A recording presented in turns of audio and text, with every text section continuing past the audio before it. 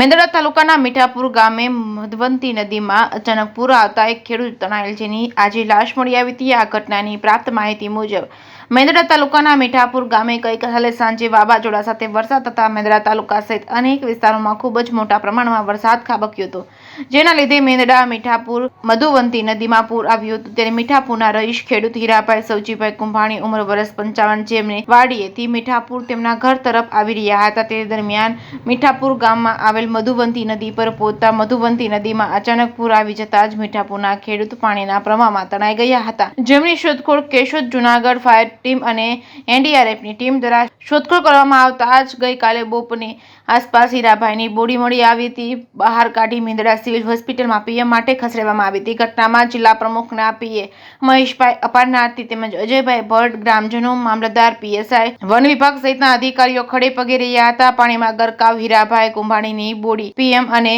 તમામ પ્રક્રિયા પૂર્ણ કરી પરિવારજનોને સોંપવામાં આવી હતી। જેકેસી ગુજરાતી સાથે કમલેશ મહેતા, મેંદરડા।